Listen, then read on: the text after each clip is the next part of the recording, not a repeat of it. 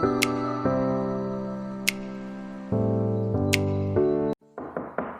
pagi Bu Bidan. Iya, selamat pagi. Mari silakan masuk Bu, silakan duduk. Perkenalkan Bu, saya Bidan Priyani yang bertugas pada hari ini. Dengan Ibu siapa? Saya Ibu Nana Bu. Oh, Ibu Nana, ada yang bisa saya bantu?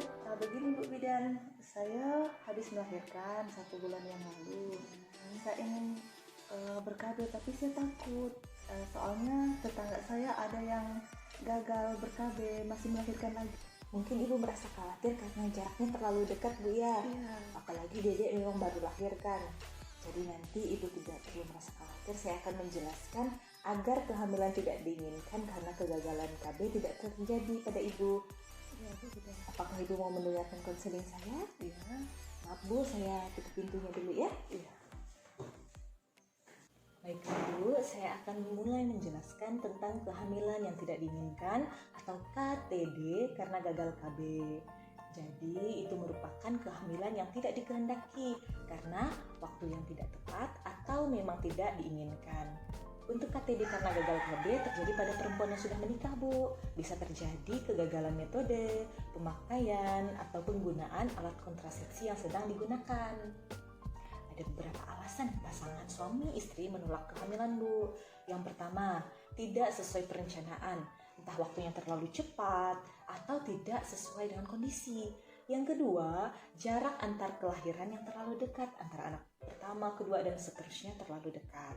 Yang ketiga, usia pasangan suami istri entah terlalu muda di bawah 20 tahun atau terlalu tua di atas 35 tahun.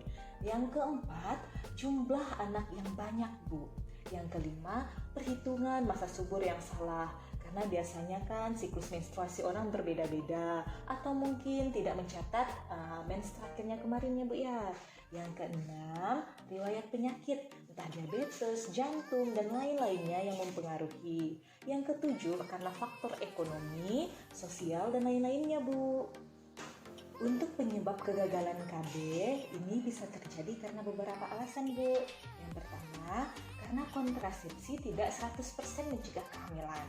Yang kedua, tidak mengikuti petunjuk alat kontrasepsi dengan benar. Yang ketiga, sering berganti-ganti alat kontrasepsi.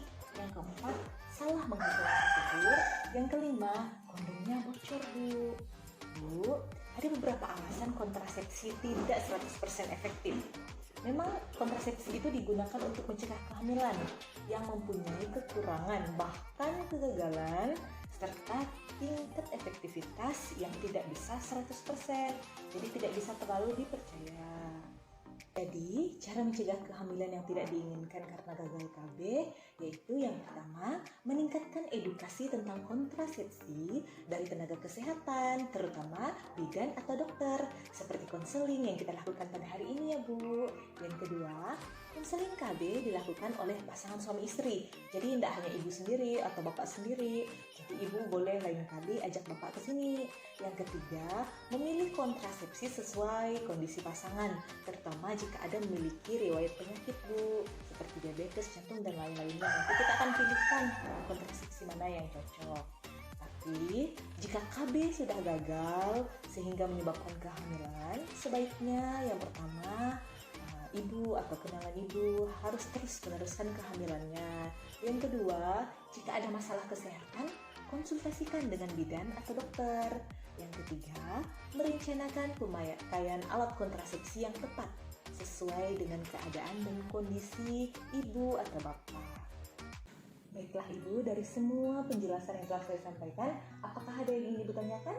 Tidak Bu Bidan, saya kira sudah jelas semuanya. Ibu, saya boleh minta tolong ulangi inti dari pembicaraan kita pada hari ini? Menurut penjelasan dari Bu Bidan, kehamilan yang tidak kita inginkan bisa kita cegah jika kita berkonsultasi dengan orang yang tepat seperti bidan atau dokter mengenai KB, pemilihan KB yang tepat juga. Iya, benar sekali Bu ya. Semoga bermanfaat Bu ya hasil konseling kita hari ini. Ya Bu Bidan, terima kasih banyak juga, ini sangat membantu untuk saya. Iya. Permisi ya Bu Bidan. Iya, hati-hati Bu. Ya, Terima kasih. Terima kasih Bu Bidan.